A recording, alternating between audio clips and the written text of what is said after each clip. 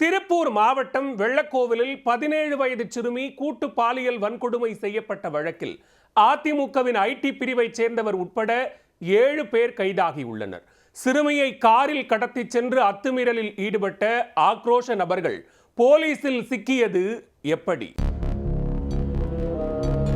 திருப்பூர் மாவட்டம் வெள்ளக்கோவிலில் கடந்த 9ஆம் தேதி இரவு வீரகுமாரசாமி கோவில் தேரோட்டம் நடைபெற்றது. இதையொட்டி அதே பகுதியில் கலை நிகழ்ச்சியும் நடைபெற்றது. இந்த நிகழ்ச்சியை பார்க்க அதே பகுதியை சேர்ந்த 17 வயது சிறுமியும் அவரின் தாயும் சென்றுள்ளனர். இந்த நிகழ்ச்சி முடிய தாமதமானதால் சிறுமியை அவரின் தோழியுடன் விட்டுவிட்டு தாய் மட்டும் வீட்டுக்கு சென்றுள்ளார். அதற்கு பிறகு இரவு நீண்ட நேரமாகியும் மகளை காணாததால் தாய் நிகழ்ச்சி நடைபெற்ற பகுதிக்கு சென்று தேடி பார்த்துள்ளார். ஆனால் அங்கு சிறுமியை காணவில்லை. தொடர்ந்து சிறுமியை பல இடங்களில் தேடியும் கிடைக்கவில்லை. மறுநாள் காலை வீட்டுக்கு வந்த சிறுமியிடம் தாய் விசாரித்த போது சிறுமிக்கு நேர்ந்த கொடூரம் தெரிய வந்துள்ளது. நிகழ்ச்சி முடிந்து வீட்டுக்கு நடந்து வந்தபோது இருசக்கர வாகனத்தில் வந்த இருவர் சிறுமியை வீட்டில் விட்டு விடுவதாக கூறியுள்ளனர்.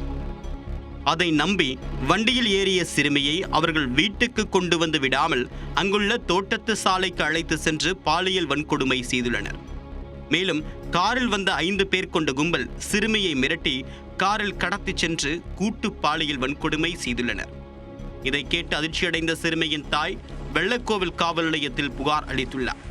புகாரின் பேரில் போலீசார் நடத்திய விசாரணையில் பிரபாகரன், மணிகண்டன், தினேஷ், சதீஷ் உட்பட 7 பேரை கைது செய்தனர்.